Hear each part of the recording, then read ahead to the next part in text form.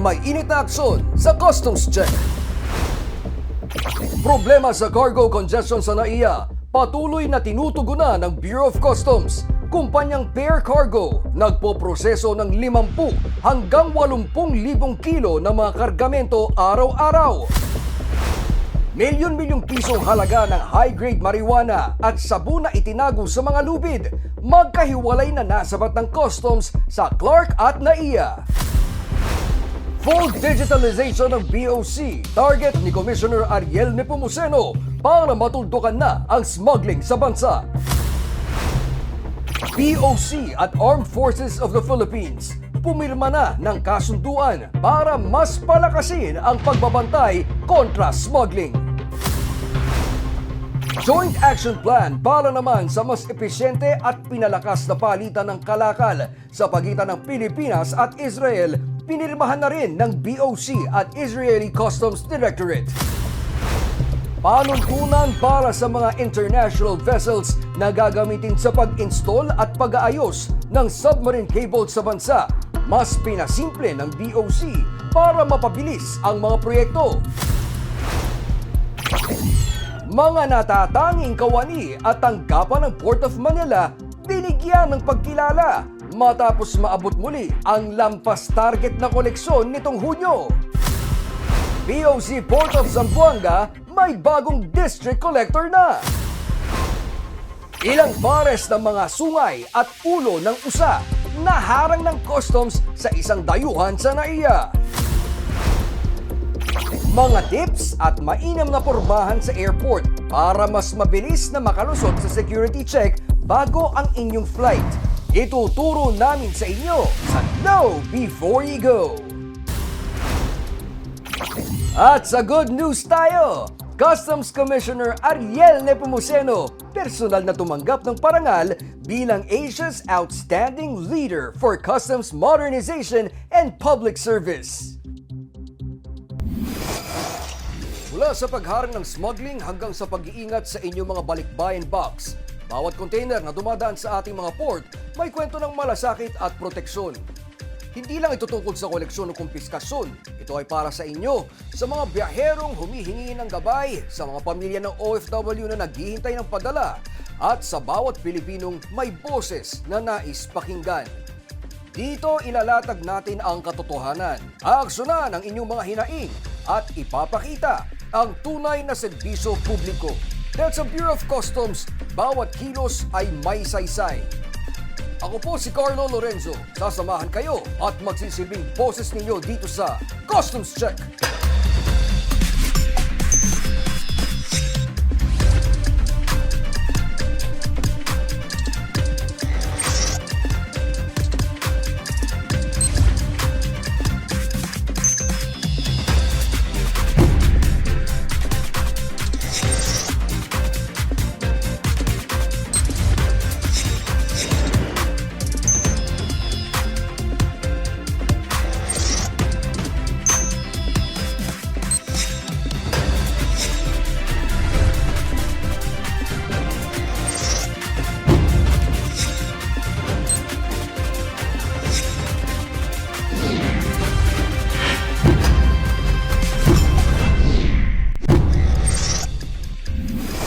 Sa Bureau of Customs, hitik ang mga aksyon at serbisyo publiko para sa proteksyon at kaligtasan ng bawat Pilipino.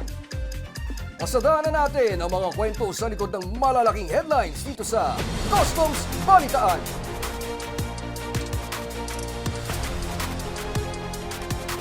₱50,000 hanggang ₱80,000 kilo ng mga kargamento. Yan ang target na maproseso araw-araw ng People's Air Cargo and Warehousing Company Incorporated o Pear Cargo, ang pinakamalaking public customs bonded warehouse sa NAIA. Nangako sila sa Bureau of Customs na tutuldukan ang problema sa mahigit isang buwan ng problema sa cargo congestion sa NAIA ngayong katapusan ng Hulyo. Tumutulong na rin ang mga empleyado ng BOC NAIA para mas mapabilis pa ang pagre-release ng mga kargamento sa ating mga kababayan. Narito ang report. Mahigit 3 milyong kilo ng mga hindi pa naihahatid na e-commerce parcels ang naiipon ngayon sa warehouse ng logistics provider na Pair Cargo sa NAIA.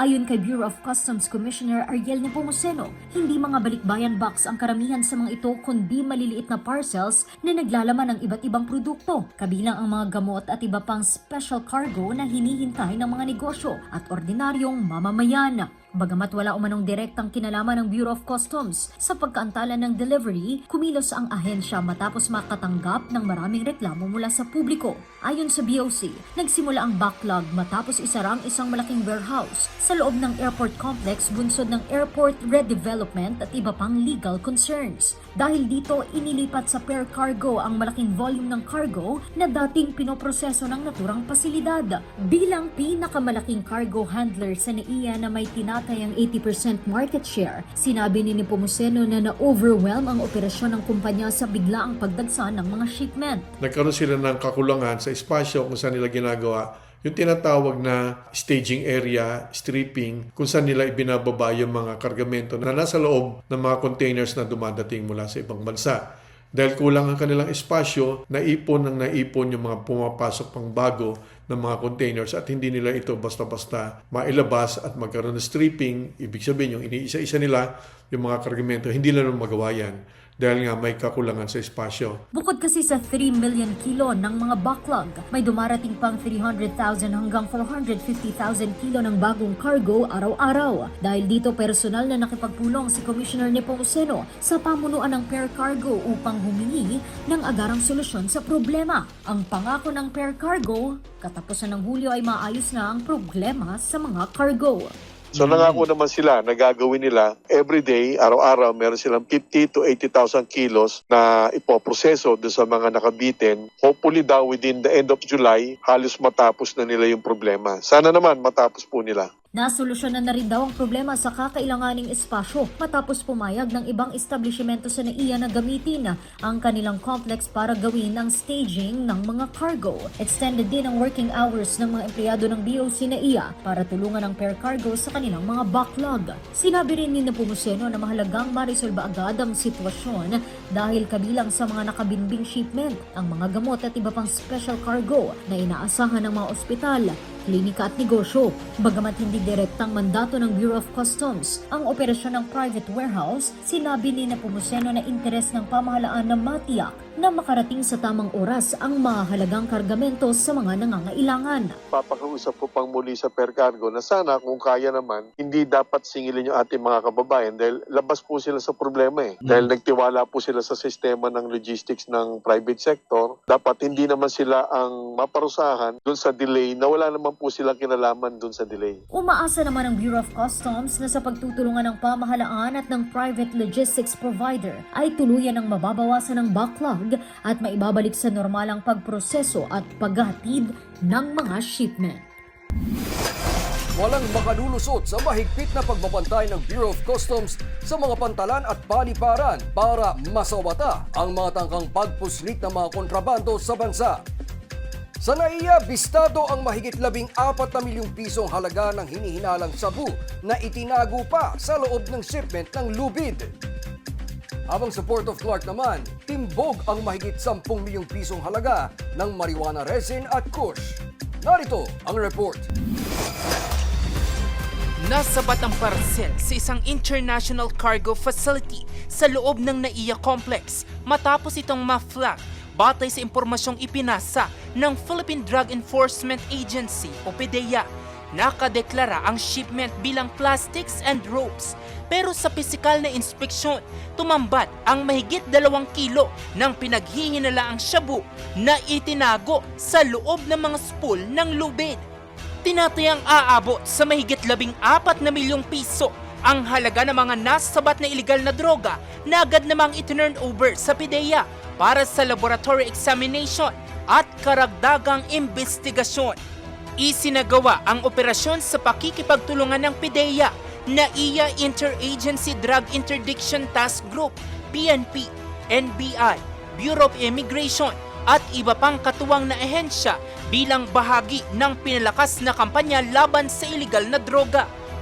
Mahigit 10 milyong pisong halaga ng marijuana resin at high-grade marijuana o kush ang nasabat ng Bureau of Customs sa Port of Clark. 4 na shipment mula sa California, USA at Thailand ang naharang matapos ma-flag batay sa tip ng Philippine Drug Enforcement Agency o PDEA. Nakadeklara ang mga parcel bilang mga wedding photo, letter, notebook at used clothing. Pero sa masusing inspeksyon, natuklasan ang marijuana resin at high-grade marijuana na nakatago sa mga ito. Dumaan ang mga shipments sa X-ray scanning, K9 inspection at pisikal na pagsusuri bago na kumpirmang positibo sa pinaghihinalaang illegal na droga.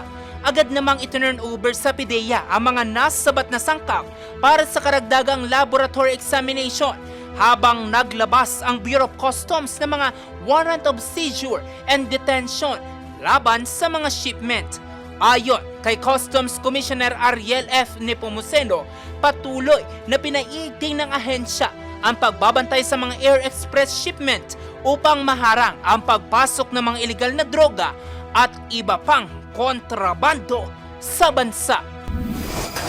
Modernong teknolohiya ang nakikita ni Customs Commissioner Ariel Nepomuceno bilang malaking susi para mas mapalago pa ang koleksyon ng Bureau of Customs. Ito rin anya ang pinakamalaking sandata sa pagsugpo sa smuggling sa bansa bilang pagtalima sa mahigpit na direktiba ni Pangulong Bongbong Marcos na ireporma at linisin ang ahensya. Narito ang report. Modernisasyon, yan ang nakikitang tugon ni Customs Commissioner Ariel Nepomuceno sa mga isyu ng ilang taon nang hinaharap ng Bureau of Customs. Patunay rito ang pagtaas ng koleksyon ng Bureau of Customs sa unang 6 na buwan ng taon. Sumampa sa higit 471 bilyong piso ang nakolekta ng Customs mula Enero hanggang Hunyo. Lagpas yan ng higit 11 bilyong piso kaysa sa target para sa first half ng 2026. Sa isang interview sa DZRH, ipinalawanag ni Commissioner Nepomuceno, nakamit ito ng Customs dahil sa paghihigpit sa mga produktong pumapasok sa bansa at nababantayan ito ng maigi sa tulong ng teknolohiya.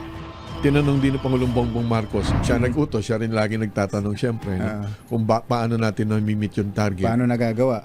Basic mathematics yan eh. Kung tama ang iyong computation, magiging tama ang iyong collection, di ba? So, ang susi ngayon, paano magiging tama yung computation mo? Higpitan natin siyempre yung assessment, bawal ang misclassification, under declaration ng volume. Para matiyak na nasusunod ang tamang assessment at deklarasyon ng mga pumapasok na produkto, mahigpit na binabantayan ng Customs ang lahat ng pantalan sa bansa sa tulong ng teknolohiya. Dahil sa mahusay na revenue performance, tinaasan ng Development Budget Coordination Committee o DBCC ng 7 bilyong piso ang koleksyong target ng Customs para sa taong ito. Kaya naman inaasahang makakalikom ang BOC ng 1.011 trillion pesos para sa buong 2026. Sa parehong interview ng DZRH, pinuri rin ni Palace Press Officer Undersecretary Claire Castro ang pamumuno ni Commissioner Nepomuceno sa BOC. Si Commissioner Ariel, hindi ba niya napansin na ngayon lang sa pagkakataon ng pamumuno niya, hindi negatibo ang impresyon sa BOC? Ayon kay Commissioner Nepomuceno, naging gabay niya sa unang taon ng kanyang pamamalakad ang kautusan ni Pangulong Bongbong Marcos na ayusin ang ahensya. For the last 1 year, nagtanggal tayo ng mga dapat naman tanggalin. Wala itong politika. Yung mga dapat tanggalin dahil hindi makasabay sa gusto ng Pangulo na ireforma natin ng Bureau of Customs, trabaho ko naman na gawin yung mahirap na desisyon na talagang yung mga nagpaiwan sa reforma, tanggalin na lang natin. Marami sila. Pero aminado si Commissioner Nepomuceno na may mga isyu pa rin sa BOC na kailangan tutukan, gaya na lang ng smuggling na anyay posibleng masolusyonan sa pamamagitan ng modernisasyon. Ayoko namang bulahin natin mga kababayan. No? Not until we are able to really fully digitalize the customs processes, meaning ma-automate natin 100% ang lahat ng proseso sa customs, doon lang natin matitigil at masasabi na lampas na tayo sa problema ng smuggling. Bagamat kakailanganin pa ng kaunting panahon at pagtsatsaga, kumpiyansa siyang maisa sa katuparan ang direktiba ng Pangulo na ayusin ang Bureau of Customs bago matapos ang administrasyon ni Marcos Jr. Give or take another year, kaya natin yan. Kasi may procurement process lang para sa ating mga equipment and systems. Ang BOC, hindi madaling ayusin yung problema, pero kaya naman yan. Kasi gusto ng Pangulong Bongbong Marcos, maging legasiya niya ang isang modernong BOC na matino. Kaya nating i-deliver yon. Samantala, target ni Customs Commissioner Ariel Nepomuceno na gawing fully digital ang mga transaksyon sa Bureau of Customs sa loob ng 10 buwan hanggang 1 taon. Bahagi ito ng mga hakbang para sa modernisasyon ng BOC. Narito ang report. Mula sa pagsusumite ng mga dokumento hanggang sa pagbabayad ng buwis at duties, dapat daw lahat yan fully digital na. Giit ni Customs Commissioner Ariel Nepomuceno, kaya naman itong magawa ng BOC. Ang target daw niya, gawing fully digital ang mga transaksyon sa customs sa loob ng 10 buwan hanggang 1 taon. Usapan namin talaga at kasunduan ni President Bongbong Marcos, ang magiging legasiya niya para sa bansa ay isang modernong Bureau of Customs. Kailangan ma-fully digitalize natin ang lahat ng proseso sa customs. Meaning yung submission of documents, pag-compute magkano babayaran, pag-release ng mga kargamento, fully automated na yan dapat. Para ka pumunta ng bangko sa ATM, meron ka lang pipindutin doon, dapat yan ma-modernize. Dagdag pa ni Nepomuceno, kapag tuluyan ng na-digitalize ang BOC, mababawasan na ang mga korupsyon at smuggling. Pag na-modernize natin ang lahat ng proseso sa Bureau of Customs, 100%, hindi po pwedeng 80%, hindi po pwedeng 95%. Pag may diskresyon, may problema. Nandun ang pagkakataong gumawa ng kalokohan. So, kapag na-fully digitalize natin ito, yung tinatawag natin full digital transformation of the Bureau of Customs, yun talaga ang magpapatigil sa problema natin ng buong bansa sa Bureau of Customs. Aminado rin si Nepomuceno na napag-iiwanan ng Pilipinas pagdating sa modernisasyon ng customs. Sa ibang bansa, online daw ang halos lahat ng transaksyon sa customs. Dahil dito, pinag-aaralan daw ng BOC ang paggamit ng teknolohiyang katulad sa Singapore sa pamamagitan ng public-private partnership. Kailangan maghabol na tayo Naiwanan na ang Pilipinas doon sa global standard kung ano ba dapat ang Bureau of Customs. Dapat wala ka nang kausap, puro digital transaction na. We can do that also. And the technologies are available. In our case, we are now exploring the Singaporean technology in a private-public partnership approach na baka matatapos na natin finally ito. Bahagi rin ng reforma sa BOC ang pagpapanagot sa mga tiwaling opisyal at kawani ng ahensya. Binigyang diin din ni Nepomuceno na walang second chance para sa mga opisyal at empleyado na lumabag sa kanilang tungkulin. Dapat napakalinaw naman talaga sa ating lahat na Bureau of Customs. Na yung binabantay natin doon tong pera, hindi namin pera kasi yan pera yan ng bansa. So dapat lang talagang pangalagaan natin yan at walang second chance. Kapag malinaw yung pagkakamali, matataas na opisyal, mid-level management, mga ordinaryong tauhan, marami na tayong kinasuhan na rin. At hopefully, tumigil na sila doon sa pagsubok na gumawa pa ng mga mali. Pagtitiyak ni Nepomuceno, lalawak pa ang kampanya ng BOC para sa good governance at tamang pangongolekta ng buwis. Yan daw kasi ang dalawang pangunahing bilin sa kanya ni Pangulong Bongbong Marcos Jr. nang maupo siya bilang commissioner ng BOC.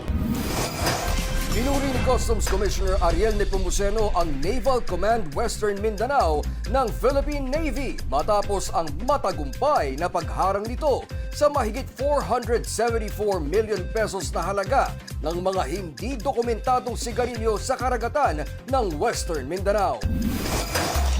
Sa pinakahuling operasyon noong July 6, inarang ng Naval Task Force 61 ang MV Jepa Joy sa karagatan malapit sa Tongkil Island, Sulu. Sa isinagawang visit, board, search and seizure o VBSS, nadiskubre ang 3,068 master cases at 29 reams ng mga hindi dokumentadong sigarilyo na tinatayang mahigit 474 million pesos ang halaga.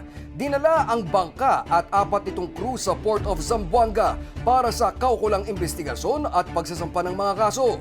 Sa pahayag ni Commissioner Nepomuceno, taos-puso ang kanyang pasasalamat kay Rear Admiral Constancio Arturo Reyes sa matagumpay nilang anti-smuggling operations. Dagdag pa ni Nepomuceno, ang tagumpay na ito ng Philippine Navy ay napakahalagang ambag sa all-out war ng BOC laban sa lahat ng anyo ng smuggling. Nananatili namang nakatutok ang Bureau of Customs sa pakikipagtulungan sa iba't ibang ahensya ng pamahalaan upang palakasin ang border security at sugpuin ang smuggling, alinsunod sa direktiba ni Pangulong Bongbong Marcos laban sa economic sabotage. Para mas magkaroon ng ngipin ang all-out war laban sa mga big-time smuggler, pumasok sa kasunduan ang Bureau of Customs at Armed Forces of the Philippines. Dahil dito, mas mapalalakas pa ang intelligence sharing at mapaiigting ang pagbabantay sa ating mga hangganan kontra smuggling at iba pang iligal na aktibidad. Narito ang report. Formal nang nilagdaan ng Bureau of Customs at Armed Forces of the Philippines ang isang Memorandum of Understanding o MOU na naglalayong paigtingin ang border security, customs enforcement at kampanya laban sa smuggling. Mismong sina BOC Commissioner Ariel Nepomuceno at AFP Chief of Staff General Romeo Browner Jr. ang lumagda sa MOU sa Camp Aguinaldo. Layunin ng kasunduan na formal na mailatag ang framework para sa mas pinalakas na intelligence information sharing, operational coordination, legal cooperation at capacity building sa pagitan ng dalawang ahensya. Sa ilalim ng MOU, mananatiling pangunahing ahensya ang customs sa pagpapatupad ng mga batas sa mga paliparan at pantalan, habang magsisilbing supporting agency ang AFP sa mga operasyong may kinalaman sa border security, national security at pagprotekta sa kita ng pamahalaan. The BOC needs the help of the AFP. Because openly, we have to admit that the BOC with its huge mission cannot accomplish this patriotic goal alone. Kailangan namin ng AFP. Nagtutulungan naman lahat ngayon. Kaya lang, ang kagandahan ng meron tayong formal na kasunduan, ang pagsasamahan at pagtutulungan at ang pag-alalay ng AFP dito sa BOC ay magtatagal well beyond our terms. Ayon pa kay Commissioner Nepomuceno, hindi lamang usapin pang ekonomiya ang smuggling dahil may direkta rin itong epekto sa pambansang seguridad. Anya, sa pamamagitan ng mas mahigpit na ugnayan ng BOC at AFP, mas mapapatibay ang kakayahan ng pamahalaan na sugpuin ang mga smuggling network, protektahan ang borders ng ating bansa at tiyaking napapanatili ang maayos at tuloy-tuloy na koleksyon ng kita ng gobyerno. Ang smuggling, hindi lang pera ang nawawala sa bansa. Dalawa pa ang nawawala. Yung pagkakataon ng ating mga kababayan na magkaroon ng pondo para sa mga proyekto ng ating pamahalaan. At yung delikadong mga ipinapasok na maaaring ilagay sa peligro ang kalusugan ng ating mga kababayan at yung mga negosyo na lehitimo ay nadedehado. Bilang bahagi ng kasunduan, bubuo ang BOC at AFP ng isang Joint Coordination Committee o JCC na magsisilbing pangunahing policy at oversight body sa pagpapatupad ng MOU. Tungkulin nito ang pagtatakda ng mga priority intelligence requirements, paglikha ng mas ligtas sa communication channels at pagpapalakas ng koordinasyon sa mga joint operation ng BOC at AFP. Nakapaloob din sa plano ang pagbuo ng Joint Trade Security Validation Cells na susuri at magsisiyasat ng mga impormasyong may kinalaman sa smuggling, foreign link entities at iba pang posibleng banta sa trade at national security. There are some questions. May mga nagtatanong, bakit kailangan pa mag-MOU ang dalawang ahensya ng gobyerno? Hindi po ba inherent dun sa ating mga functions na mag-integrate at mag-cooperate with each other? Yes, that is true. However, it is very important that we write down the specifics para walang vague na understanding at alam ng bawat ahensya kung ano yung tasking niya. Binigyang diin ni General Browner na pananagutan ng buong pamahalaan ang pagprotekta sa mga border, kaya mahalaga ang pakikipagtulungan ng AFP sa BOC upang mapanatili ang ligtas na kalakalan, mapigilan ang pagpasok ng mga kontrabando at iligal na kalakal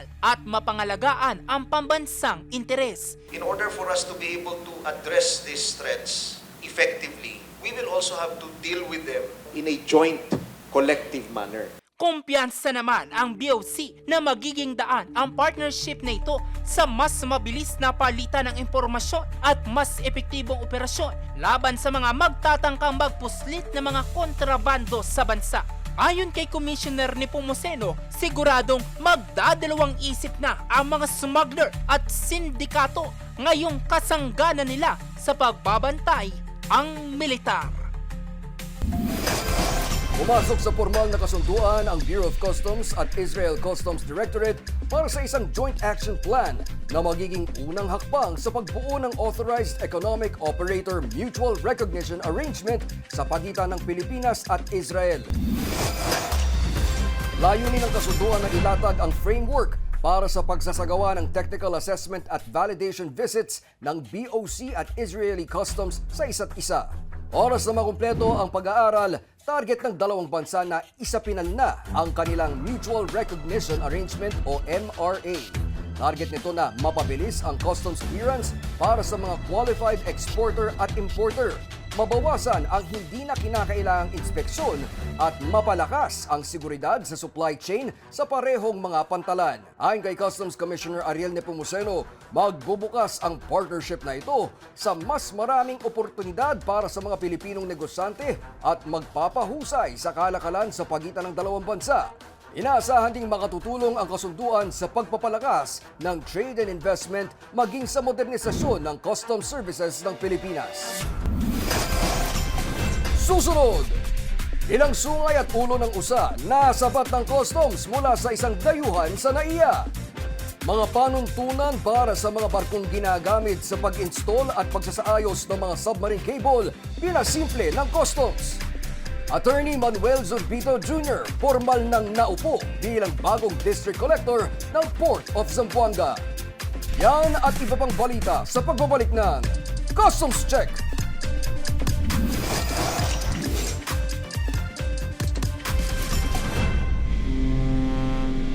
Dahil sa importasyon o pag-aangkat, mas nagiging accessible ang mga produktong galing ibang bansa para sa mga mamimiling Pilipino. At para sa maraming negosyante, ang importasyon ang daan upang makapagdala ng mas maraming pagpipilian sa ating mga pamilihan. Ngunit ang pagpapasok ng produkto mula sa ibang bansa ay may kaakibat na proseso at tamang dokumento. Ang Bureau of Customs o BOC ang ahensya ng gobyerno na nangangasiwa sa lahat ng kalakal na pumapasok at lumalabas ng Pilipinas. Sinisigurado ng ahensya na legal, tama at naaayon sa batas ang bawat shipment. Kailangang sundin ang mga patakaran ng BOC upang maiwasan ang pagkaantala, multa o pagkakakumpiska ng kalakal. Sa ganitong paraan, ligtas ang iyong negosyo at protektado rin ang mamimili. Sino nga ba ang importer? Ang importer ay negosyanteng nagpapasok ng produkto mula ibang bansa papunta sa Pilipinas. Para makapag-import ng legal, kailangan ang mga sumusunod. Una, Import Entry Declaration. Pagdedeklara ng mga produktong ini-import. Pangalawa, Bill of Lading o Airway Bill, katibayan ng kargamento mula sa pinanggalingan. Pangatlo, Commercial Invoice, invoice mula sa supplier. Pang-apat, Packing List, detalyadong listahan ng laman ng shipment. Panglima, Import Permit o License, kung kailangan para sa regulated items gaya ng pagkain, gamot at electronics. Pang-anim, Duty at Tax Payments, pagbabayad ng buwis at iba pang kaukulang bayarin.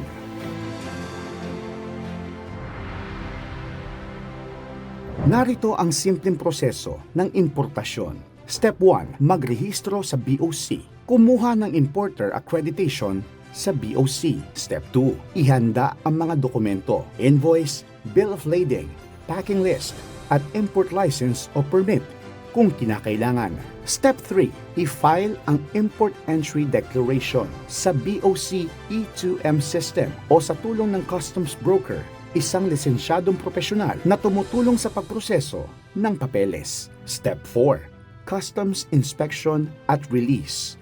Sinusuri ng BOC ang shipment bago ito ilabas. Step 5. Bayaran ang duties at taxes batay sa classification at halaga ng kalakal. Step 6. Release. Kung hindi tama ang proseso o kulang ang dokumento, maaaring maantala ang pag-release ng shipment, mapatawan ng multa at ma-seize o makumpiska ang kalakal.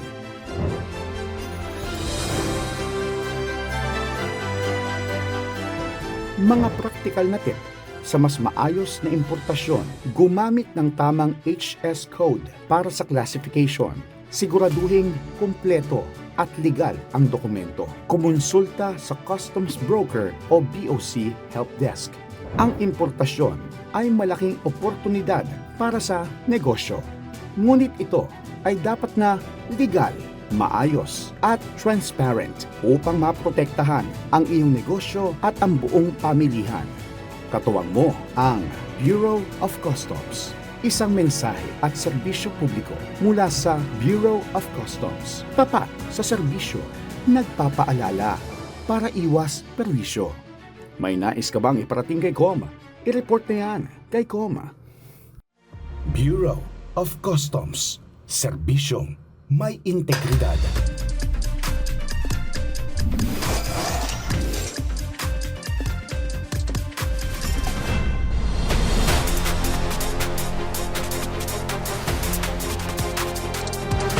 Nagbabalik ang Customs Balitaan.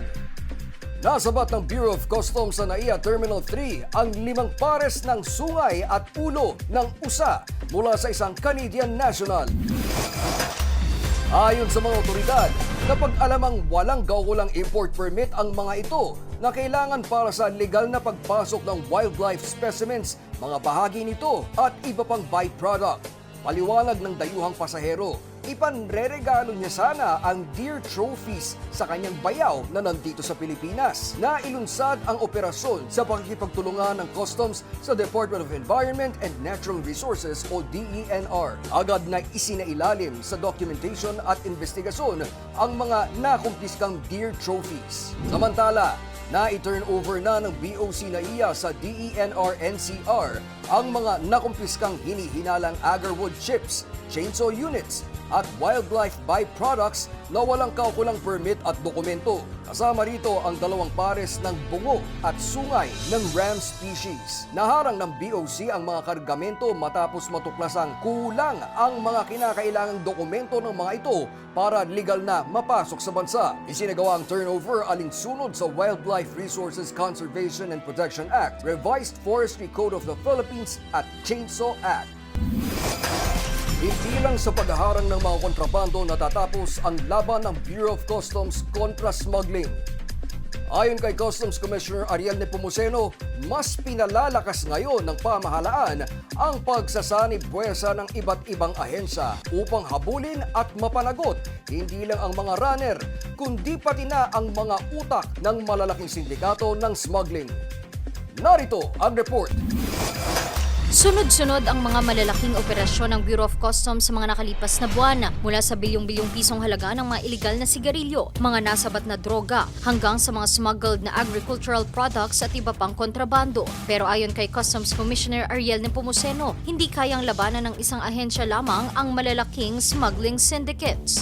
Hindi kaya ng Bureau of Customs na magawa ang trabaho lalo na sa enforcement side, meaning yung pakikipaglaban doon sa mga smugglers, no? Hindi yan kaya ng Bureau of Customs. Kailangan namin ng iba't ibang ahensya. Kaya mas pinalalakas ngayon ang tinatawag na full of government approach, kung saan tuloy-tuloy ang koordinasyon ng Bureau of Customs sa National Bureau of Investigation, Philippine National Police, Philippine Coast Guard at iba pang mga ahensya ng pamahalaan. Ayon kay Commissioner Nepomuceno, mahalagang agarang palitan ng impormasyon o timely intelligence upang maharang ang mga iligal na kargamento bago pa man ito makalusot. Meron din silang kakayanang magbigay sa amin ng maganda at timely na tinatawag na intelligence. Kaya effective, makikita niyo sa mga balita, joint operations between BOC, NBI, DILG, tuloy-tuloy yan. Katunayan nga, isa sa mga magkasamang naharang ng Customs at NBI ang isang shipment ng mga iligal na sigarilyo sa Gothong Wharf sa Mandaue City nitong July 11. Pinangunahan ni ng Customs Commissioner Nepomuceno at NBI Director Melvin Matibag ang inspeksyon sa 25 container ng mga nasabat na iligal na sigarilyo sa Gothong Wharf sa Mandaue City. Tinatayang umaabot sa halos 780 milyong piso ang halaga ng mga nasabat na kargamento na nalaman dahil sa intelligence information na ibinahagi ng NBI sa Bureau of Customs. Bahagi ang mga ito ng kabuang 59 na container ng mga iligal na sigarilyo na nasabat sa iba't ibang operasyon na may pinagsama-samang halagang lumalampas sa 3 bilyong piso. Isa sa mga layunin ng mas mahigpit na koordinasyon ng mga ahensya ang hindi lamang mahuli ang mga tagapaghatid ng mga kontrabando, kundi matunto ng mga tunay na utak sa likod ng mga operasyon, kabilang dito ang mga financiers, operators, at mga nagbibigay ng proteksyon sa mga smuggling network. Ang malaking hamon ay kung paano ba talaga mapapanagot hanggang dun sa mga totoong may-ari ng puhunan. Sino ang mga nasa likod? Sino ang mga financiers, operators, at protectors? Sino ang mga tumutulong sa kanila? Kailangan yan ang mahuli natin. Hanggang di natin nahuhuli yon, tuloy-tuloy lang to. Upang masiguro naman na hindi lang pagkakaaresto ang mauwi sa mga operasyon, pinalalakas din ang case build-up sa pamamagitan ng pakikipagtulungan sa Department of Justice, National Bureau of Investigation at mga piskal ng mga National Prosecution Service. Layunin nitong makabuo ng mas matitibay na kaso at mapataas ang pagkakataong mahatulan na ang mga nasa likod ng malalaking smuggling operators. Sa simula pa lang, kailangan nagtutulungan na ang National Prosecution Service, yung mga piskal ng DOJ, at ang NBI for the investigation. Kaya very soon, hopefully within the month, magpipirmahan ang BOC, NBI, NPS, of course, DOJ yan at Department of Finance. Pag nagpirmahan niya, magiging institutionalized na ang pagtutulungan ng 3 ahensya upang sa case build-up pa lang, investigation, hanggang filing of case, prosecution, mas malaki ang tsansa nating manalo sa kaso. Kakambal ng mas mahigpit na pagpapatupad ng batas ang patuloy ring pagpapabilis sa mga lehitimong transaksyon sa mga pantalan. Iginiit ni Commissioner Nepomuceno na hindi dapat pagpiliin ang trade facilitation at enforcement. Para sa kanya, kapag iligal ang kargamento, dapat ito ay maharang. Ngunit ang malihitimong importers at exporters ay dapat namang mapagsilbihan ng agad at maayos. Kapag bawal, period, bawal yan. At panagutin natin yung mga sumubok na magpasok ng mga maling kargamento. At yung pagtatalima, pag-aruga, at pagtugon doon sa mga hinihiling ng ating mga importers, exporters, gawin natin yung kagad-kagad. Wala akong balancing doon. Do this very well on one hand and do the other task on the other hand. Patuloy namang pinaiigting ng Bureau of Customs ang modernisasyon ng mga proseso sa loob ng ahensya, kasabay ng mas mahigpit na pakikipaglaban sa mga smuggler upang maprotektahan ang mga hangganan ng bansa, mapalakas ang koleksyon ng pamahalaan at mapanagot ang mga nagpapatuloy sa iligal na kalakalan. Ininala ng Bureau of Customs Port of Manila ang mga tanggapan nito na nagpakita ng mahusay na performance matapos umabot sa 7.8 billion pesos ang koleksyon nito noong Hunyo. Lagpas pa sa orihinal na 7.4 billion pesos na target ang kinita ng Port of Manila.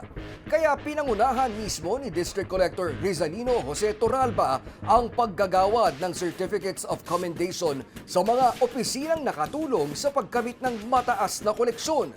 Ayon kay Torralba, patunay ang tagumpay na ito sa dedikasyon at pagkakaisa ng mga kawani ng Port of Manila sa pagtupad ng layunin ng BOC. Dagdag pa ni Torralba, nananatiling nakatutok ang Port of Manila sa pagpapalakas ng koleksyon ng kita habang itinataguyod ang transparency, efficiency at maayos na serbisyo sa publiko. Umataw na naman sa koleksyon ang Bureau of Customs Port of Batangas nitong Marso at Hunyo. Nakalikom ang Port of Batangas ng aabot sa 23.15 billion pesos noong nakaraang buwan. Halos 2 billion pesos na mas mataas yan kumpara sa target lang sana nito na mahigit 21 billion pesos. Bago ito, nahigitan din ng Adwana ang March collection target nila matapos makalikom ng 22.2 billion pesos. Dahil dito, umabot na sa mahigit 120.88 billion pesos ang kabuoang kinita ng Port of Batangas sa unang 6 na buwan ng 2026. Ayon kay District Collector Carmelita Talusan, sumasalamin ang tagumpay na ito sa dedikasyon ng mga kawani at pakikipagtulungan ng mga stakeholder sa pagsunod sa mga batas at regulasyon ng BOC. Dagdag pa ni Talusan, nananatili ring nakatuon ang Port of Batangas sa pagpapalakas ng koleksyon, pagpapabuti ng serbisyo at pagpapadali ng kalakalan sa kanilang mga pantalan. Mas pinasimple na ng Bureau of Customs ang mga panuntunan para sa mga international vessels na ginagamit sa pag-install at pag-aayos ng mga submarine cable sa bansa. Layunin nito na mapabilis ang mga proyektong sumusuporta sa digital connectivity habang tinitiyak ang pagsunod sa mga umiiral na batas. Narito ang report. Mas pinabilis na ng Bureau of Customs ang mga proseso para sa mga proyektong magpapalakas sa digital connectivity ng bansa sa pamamagitan ng bagong Customs Administrative Order o CAO number 02-2026. Pinasimple ng ahensya ang mga customs requirements para sa pagpasok ng mga international cable laying at repair vessels na ginagamit sa pag-install, pag-maintain at pag-aayos ng mga submarine cable. Ang mga submarine cable ang nagdadala ng malaking bahagi ng international internet at data traffic na ginagamit sa komunikasyon, online services at mga negosyo.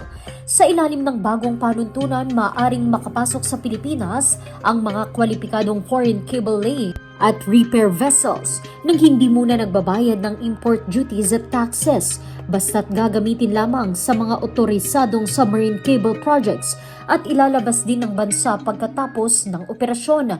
Pinasimple rin ang mga requirements para sa mga vessel na pansamantalang nananatili sa Pilipinas at pinayagang makalipat sa iba't ibang project sites nang hindi na kailangang paulit-ulit na maghain ng bagong import documents. Importante na mapalakas natin ang digital connection ng ating mga mamamayan dahil ang buong mundo ay interconnected na. Dire-diretso na sila. No?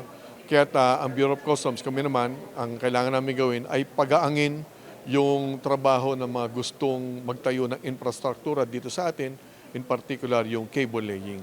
Kagaya ng mga barko na gumagawa nito, ito ay mga specialized vehicles, specialized ships, na dapat naman talaga, hindi natin sila ituring na ini-import or ito ay dapat na mga barko na dapat na magkaroon ng registration dito sa ating bansa na kailangan singilin natin ng duties and taxes. Hindi po yon. Kaya ito ay in-adjust na natin or na-correct na natin to, na ituring natin to na temporary lamang ang kanilang pagpasok dito sa ating bansa upang mailatag nila ang mga kable sa ilalim ng dagat na siya naman magiging infrastruktura upang ang mga data dito sa internet ay mas malakas, mas mabilis na makakapasok dito sa ating bansa, papasok at palabas. Ayon sa Bureau of Customs, layunin ng bagong polisiya na bawasan ang mga delay at operating costs ng mga critical infrastructure projects habang tinitiyak ang customs supervision. Paglilinaw ng ahensya, ang exemption ay para lamang sa mga kwalipikadong vessels. Ang mga cable, pipes at iba pang imported materials ay mananatiling sakop ng umiiral na customs requirements. Ayon pa sa BOC, ang bagong panuntunan ay alinsunod sa direktiba ni Pangulong Ferdinand R. Marcos Jr. na pabilisin ang mga proseso ng pamahalaan at suportahan ang mga proyektong magpapalakas sa digital at critical infrastructure ng bansa. Sa ilalim din ito ng Integrity, Accountability, and Modernization o IAM movement ng Bureau of Customs. Ang ating mga kababayan at makikinabang upang sa isang modernong mundo tayo ay makasabay. At ito ay magagamit din ng mga negosyante sa kanilang mga negosyo. Importante na napaka-advanced, updated at kapareho ng mga teknolohiya ng ibang bansa ang mga kumpanya natin. Dapat tulungan natin silang maging malakas at makasabay sila sa kompetisyon. Na-publish ang CAO number 02-2026 noong July 2 at naging epektibo noong July 17. Umaasa ang Bureau of Customs na sa pamamagitan ng mas pinasimpleng mga panuntunan, mas mapapabilis ang mga proyektong magpapalakas sa digital connectivity at maghihikayat ng mas maraming pamumuhunan sa bansa. Pinuri ng ng mga kinatawan ng customs brokerage industry ang patuloy na modernisasyon at mga reforma ng Bureau of Customs sa ilalim ng pamumuno ni Commissioner Ariel Nepomuceno, alinsunod sa direktiba ni Pangulong Bongbong Marcos. Ayon kay Charmaine Garcia, Operations Manager ng Martinez Customs Brokerage, malaki ang naitulong ng mga hakbang ng BOC sa pagpapabuti ng customs processes, pagpapadali ng kalakalan, at pagpapalakas ng kampanya laban sa smuggling. Isang halimbawa anya rito ang magagandang reforma sa Port of Cebu, gaya ng matibay na ugnayan nito sa mga stakeholder.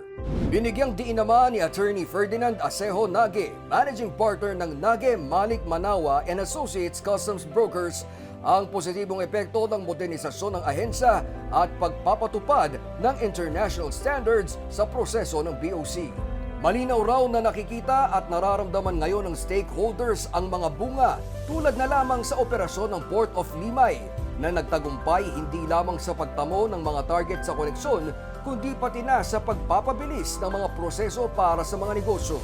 Over the years, the Bureau of Customs has greatly improved in terms of its modernization program by implementing the Customer Care Portal system, which enables customs brokers to process its shipments from the comfort of their own home or from anywhere in the world. Most importantly, I have noticed a huge improvement in terms of trade facilitation by implementing the BOC Cares Unit. BOC Cares Unit enables customs clearance process to be faster, transparent, and more convenient. Your commitment to streamlining customs processes and continuous improvement in your processes for the timely release of shipments has greatly contributed to making transactions easier, faster, and more predictable for businesses and stakeholders. Inaasahang sisimulan na ngayong buwan ang pilot implementation ng Integrated Online Release System o OLRS at VCT system sa Bureau of Customs Port of Iloilo.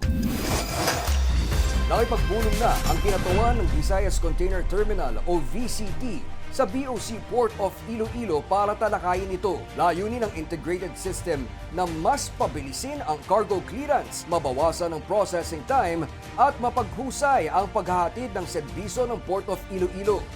Inaasahan din na mas mapabibilis nito ang paglabas-masok ng mga kargamento mula sa pantalan patungo sa mga stakeholders. Kaya makatutulong ito sa pagpapalakas ng kalakalan at ekonomiya sa Western Visayas. Ayon sa BOC, bahagi ito ng patuloy na modernisasyon ng buong ahensya sa ilalim ng pangangasiwa ni Customs Commissioner Ariel Nepomuceno, alinsunod sa utos ni Pangulong Bongbong Marcos. Kasunod lang ng pagpapalit ng District Collector sa Bureau of Customs Port of Cebu, may bago na ring mamumuno sa Port of Zamboanga matapos ang formal na turnover of leadership ng ahensya. Formal na tinanggap ni District Collector Attorney Manuel Zurbito Jr. ang pamumuno sa pantalan sa isinagawang turnover ceremony noong July 10. Pinalitan niya si District Collector Elenita Abanyo na pinasalamatan ng ahensya para sa kanyang pamumuno sa pagpapalakas ng customs enforcement, trade facilitation at pakikipag-ugnayan sa mga stakeholders. Bilang bagong District Collector, target ni Attorney Zurbito na ipagpatuloy ang pagpapalakas ng koleksyon ng kita, border protection at mas epektibong serbisyo sa publiko.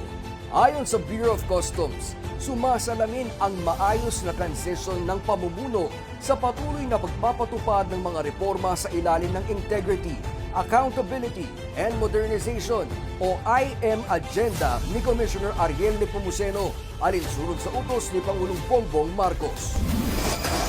Susunod, mga tips para mas mabilis na makalusot sa security check sa airport, ituturo namin sa inyo sa Know Before You Go. Yan at iba pang balita sa pagbabalik ng Customs Check.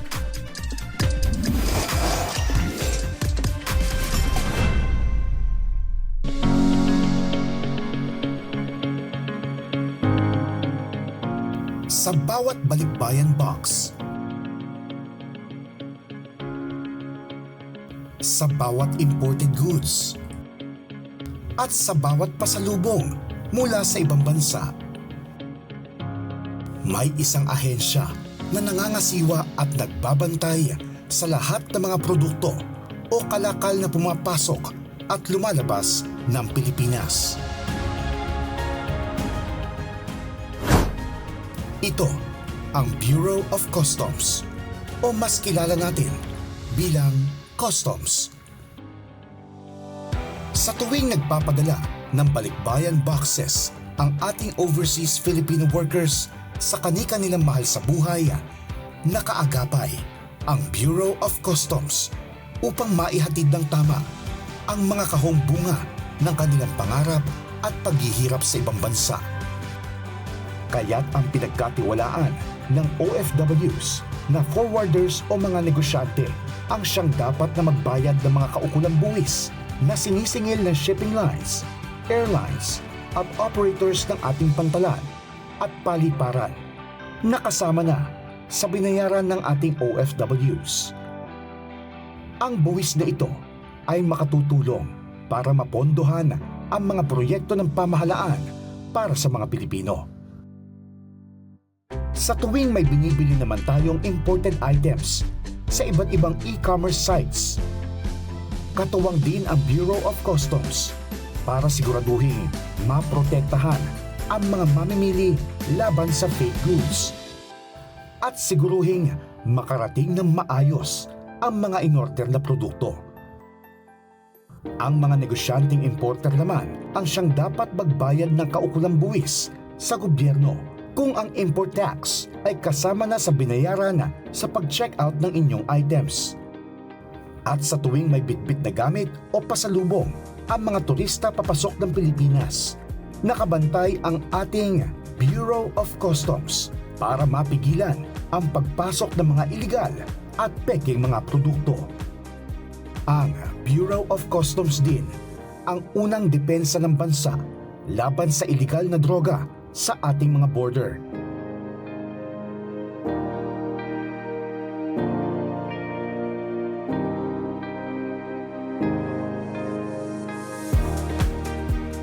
Sinisigurado ng ahensya na walang makapupuslit ng kahit na anumang makapaghahatid ng panganib sa seguridad, sa ekonomiya, sa kalikasan at sa kalusugan ng mga Pilipino.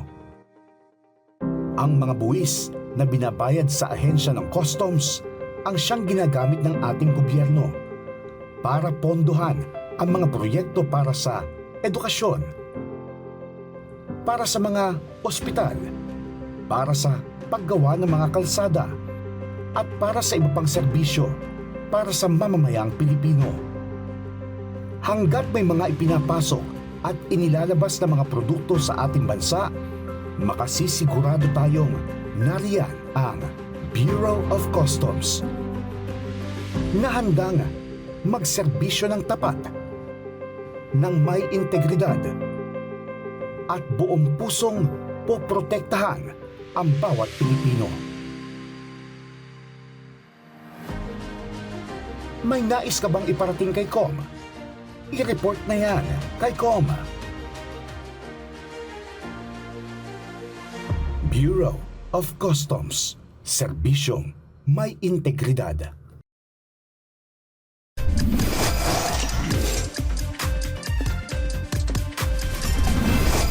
Nagbabalik ang Customs Check. Plano nyo bang bumiyahe abroad o locally? Siyempre, bago umalis, hindi lang visa o packing ng maleta ang aasikasuhin natin. Alam nyo ba na pati ang forma o choice ng damit nyo pwedeng magpabilis o magpatagal sa screening sa airport? Kaya para iwas at bawas hassle sa mahabang pila, alamin natin ang mga tips na to sa ating Know Before You Go.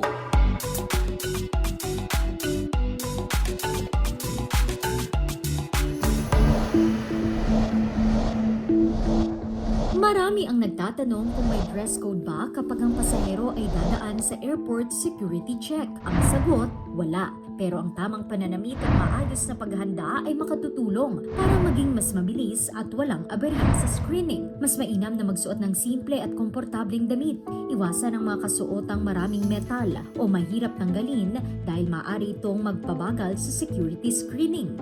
Kung maaari, huwag nang magsuot ng belt. Mas magandang magsuot ng pantalon na hindi na kailangang gamitan ito o dahil kailangan pa itong alisin sa security check. Pumili rin ng sapatos na madaling hubarin tulad ng slip-ons o sneakers. Iwasan ang boots o high-top shoes dahil maaari itong sumailalim sa karagdagang inspeksyon. Bawasan din ang mga metal accessories tulad ng relo, malalaking hikaw, kwintas o pulseras. Mas mabuting ilagay muna ang mga ito sa inyong carry-on bag hanggang makalampas sa security check. Kung may suot kang jacket o sweater, siguraduhin madali mo itong mahuhubad. Kailangan din itong ilagay sa conveyor belt para ma-x-ray kasama ng iba mong gamit. Pagdating sa x-ray area, ilabas sa bag ang mga laptop, tablet at power bank. Ilagay ang mga ito sa hiwalay na plastic tray para mas mapabilis ang inspeksyon. Sa tamang pananamit at maayos na paghahanda, mas mabilis kang makalulusot sa security check at mas magiging magaan ang simula ng iyong biyahe. Know before you go. Isang paalala mula sa Bureau of Customs para sa ligtas, maayos at stress-free na biyahe. Susunod sa ating good news, Customs Commissioner Nepomuceno pinarangalan bilang Asia's Outstanding Leader for Customs Modernization and Public Service. Huwag po kayong bibitiw, magbabalik pa ang Customs Check.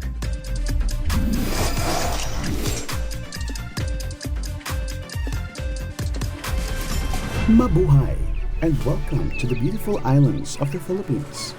To help make your arrival smooth and stress-free, here are some simple customs tips to keep in mind.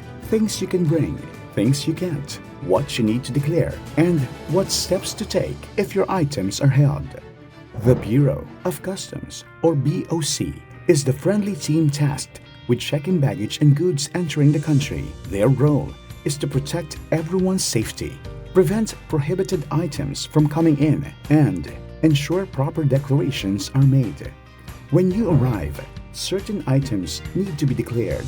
These include goods you've purchased or acquired abroad, agricultural products like plants, seeds, and food items, foreign currency exceeding $10,000 or its equivalent in other currencies. Philippine peso import and export would need BSP permit, while foreign currencies need to be declared. If you're bringing more than the mentioned amount, simply ask for a foreign currency declaration form at the customs desk or through the e-travel system. Quick and easy step. Most personal items, such as your clothes, toiletries, and gadgets, are perfectly fine as long as they don't exceed the allowable limit, especially if they're clearly for your own use and not intended for resale. It's important to be aware of prohibited and restricted items when entering the Philippines. Prohibited items aren't allowed by law, while restricted or regulated items might need special permits from the relevant government agencies before they can be released. Here's the list of some common regulated items in the Philippines.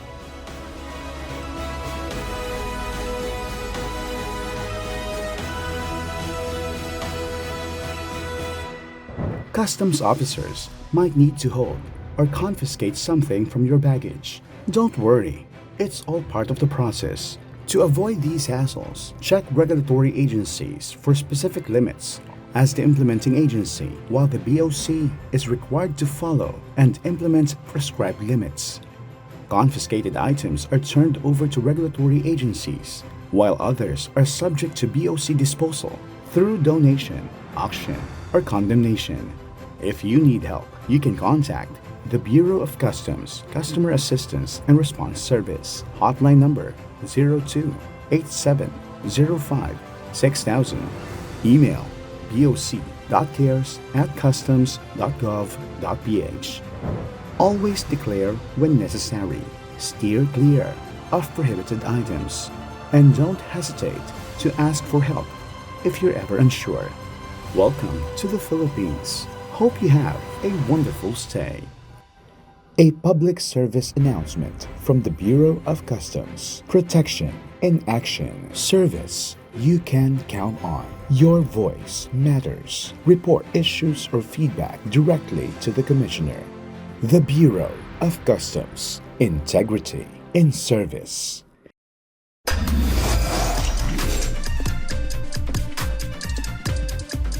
Unti-unti nang nagbubunga at napapansin ang mga reformang ipinatupad upang baguhin ang imahe ng Bureau of Customs. Katunayan, sa katatapos lang na Asia's Golden Icon Awards, formal na tinanggap ni Customs Commissioner Ariel Nepomuceno ang prestihiyosong parangal bilang Asia's Outstanding Leader for Customs Modernization and Public Service. Narito ang report.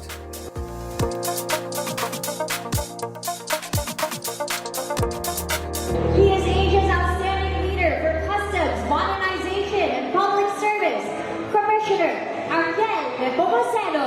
Dahil sa panguna sa reforma at digitalization ng customs, pinarangalan ng Asia's Golden Icon Award si Customs Commissioner Ariel Nepomuceno. Tinanggap ni Nepomuceno ang pagkilala bilang Asia's Outstanding Leader for Customs Modernization and Public Service.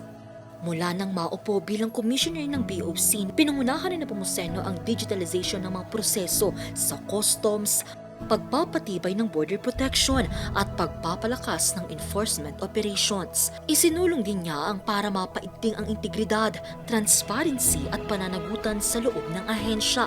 Sa kanyang acceptance speech, inialay ni Nepomuceno ang parangal sa mga opisyal at kawani ng customs. This recognition will not be forgotten. In fact, this will serve as a big challenge to our organization, and we thank you because this will give a good signal to all our personnel. Dagdag pa ni Nepomuceno, patunay ang pagkilala sa mga hakbang ng BOC para maging moderno ang ahensya. Hindi raw ito hudyat ng pagtatapos ng kanilang reforma, kundi pagsisimula ng mas mabigat na tungkulin para sa BOC. Huwag po kayong mag-alala. Definitely, this recognition will be the start of a harder work that we will do. We will deliver the Bureau of Customs that we have all been yearning to be changed. Pinuri rin ng grupo ng mga negosyante ng Philippine Chamber of Commerce and Industry ang pagbibigay parangal kay Nepomuceno. Anila, nakatulong ang mga reforma ni Nepomuceno para pagkatiwalaan ng mga negosyante ang BOC at mamumunan sa bansa. Para naman kay Nepomuceno, hindi lang layunin ng BOC na makasabay sa makabagong panahon, kundi mapabilis din ang serbisyo, mapalakas ang tiwala ng publiko at makatulong sa pag-unlad ng bansa. Iginiit din ni Nepomuceno na ang mga pagkilalang ito ay magsisilbing inspirasyon para ipagpatuloy ang mga reformang sumusuporta sa hangarin ni Pangulong Bongbong Marcos para sa moderno at transparent na pamahalaan. Isang oras na hitik sa aksyon, impormasyon at tunay na malasakit. Sa ating pagtatapos, baunin ninyo ang katiyakang ang inyong Bureau of Customs ay hindi lamang tanod ng ating mga hangganan, kundi kaisa rin ninyo sa pag-angat ng ating bayan. May tanong man o reklamo, asahan ang mabilis na sagot at tapat na aksyon dahil ang customs sa inyong kinagisnan ay ang customs na ngayon ay inyong maaasahan. Ako si Carlo Lorenzo. Magkita-kita tayo muli sa susunod na Lunes para sa mas malakas na balitaan at mas tapat na serbisyo publiko. Ito po ang Customs Check para sa bawat Pilipino, para sa bagong Pilipinas.